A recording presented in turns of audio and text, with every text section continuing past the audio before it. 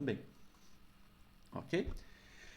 Que auxilia indiretamente na retenção da prótese mediante força de tração ou compressão. O que seria isso?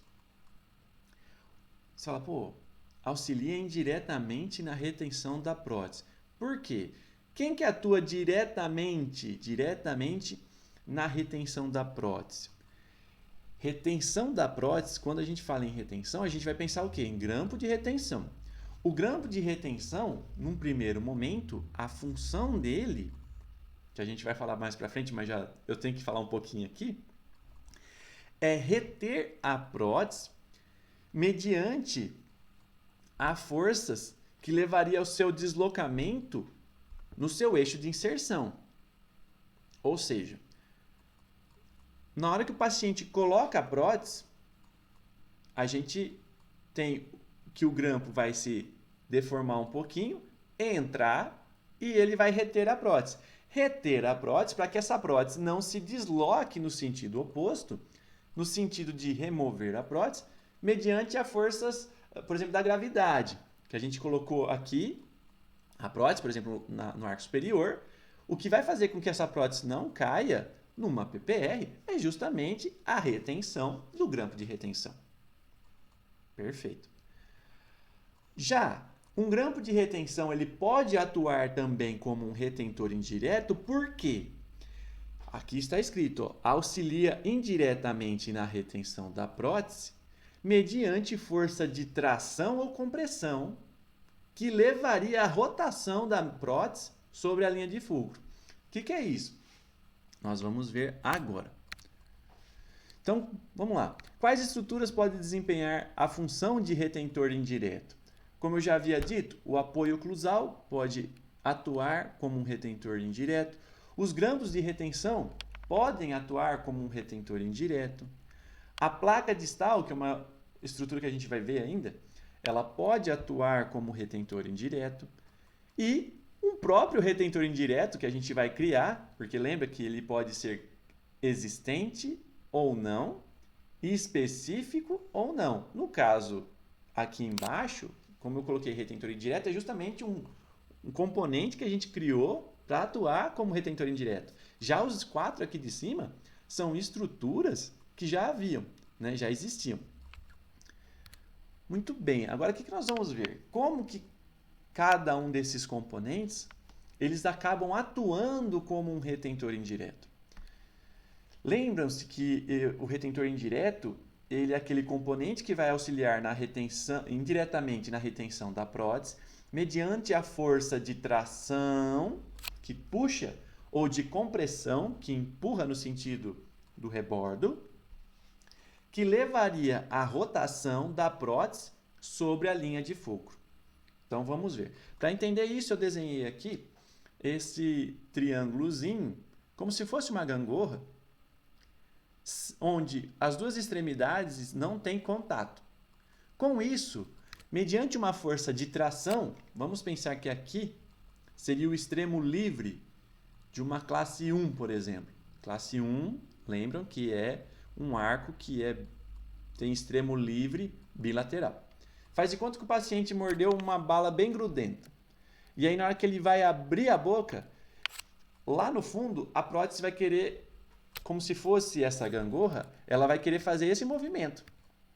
Certo? O paciente mordeu a bala, ele vai querer abrir, ou seja, vai tracionar essa parte, esse extremo da PPR. Vai puxar, vai querer distanciar do rebordo. Se a gente não planejar nenhum retentor indireto, o que vai acontecer? A prótese vai rodar. Assim como essa gangorra está rodando aqui, ó.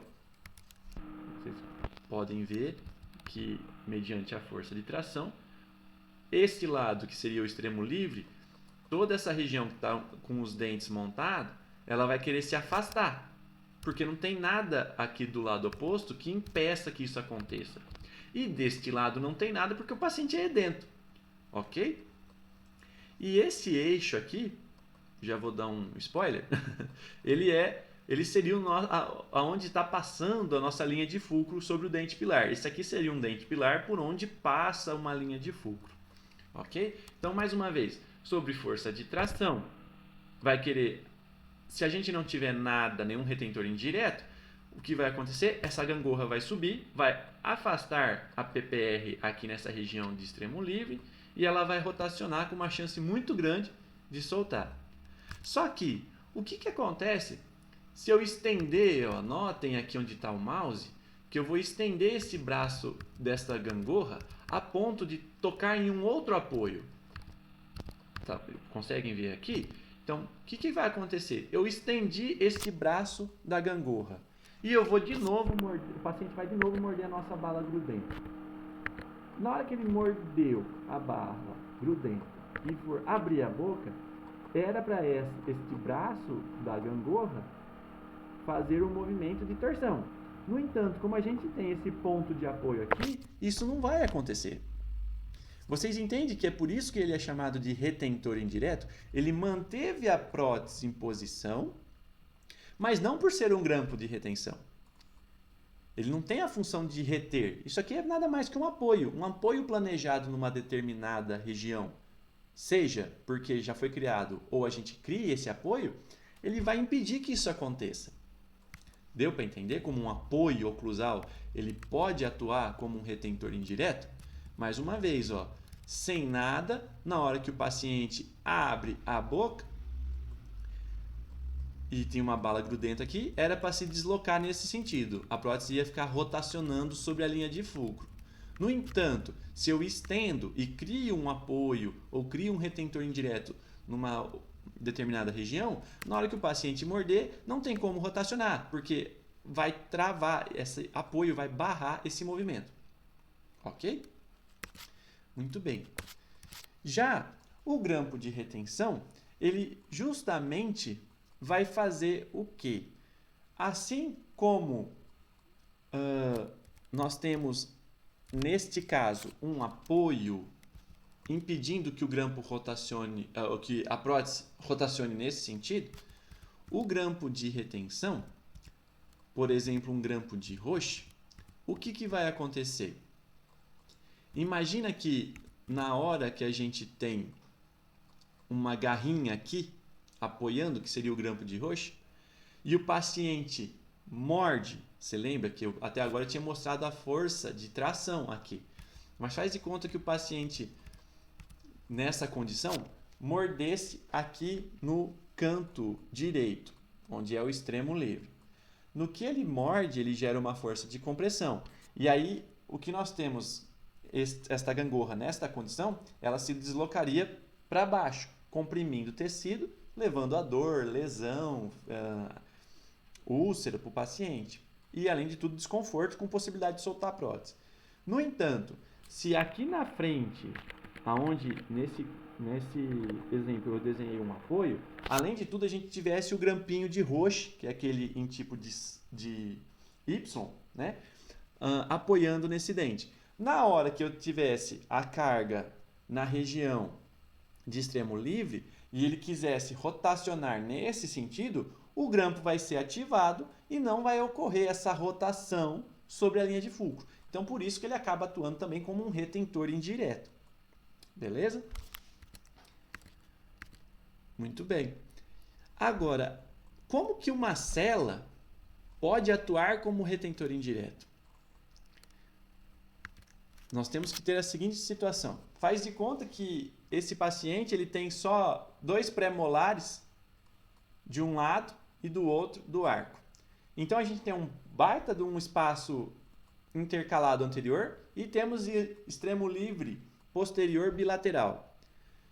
Não tem como eu criar um apoio nesta região que eu estou mostrando aqui com o mouse para vocês, porque não tem o dente. Então não tem como criar apoio. Ah, então se é assim não tem como criar retentor indireto? Tem. O que a gente tem que fazer é o seguinte. Imagina que nesta condição, se eu tiver uma força de tração, dá uma olhada aqui no mouse, uma força que empurrasse esse braço para cima, o que ia acontecer com essa gangorra aqui? Ela ia se deslocar nesse sentido. Mas vamos pensar que eu coloque aqui, ó, esse quadradão cinza. Esse quadradão cinza ele está representando o quê? Uma cela muito bem adaptada ao rebordo. O rebordo nosso seria essa barra, né, essa linha preta. Vocês conseguem entender que neste momento, sem nada, eu tenho uma desadaptação, não está em contato a linha laranja com a linha preta. No entanto, por não ter essa adaptação, assim que ocorrer a tração nesta região, no braço direito desta gangorra, essa gangorra vai se deslocar até entrar em contato com a linha preta, certo? Ok. Mas faz de conta que eu coloco um bloco no meio do caminho, que seria esse bloquinho cinza. Na hora que eu tiver a força de tração, não tem como rotacionar, porque ele vai pressionar no bloco. E o bloco está bem adaptado à linha preta. O que isso quer dizer em boca? Vamos lá. Isso quer dizer o seguinte: mediante a espaço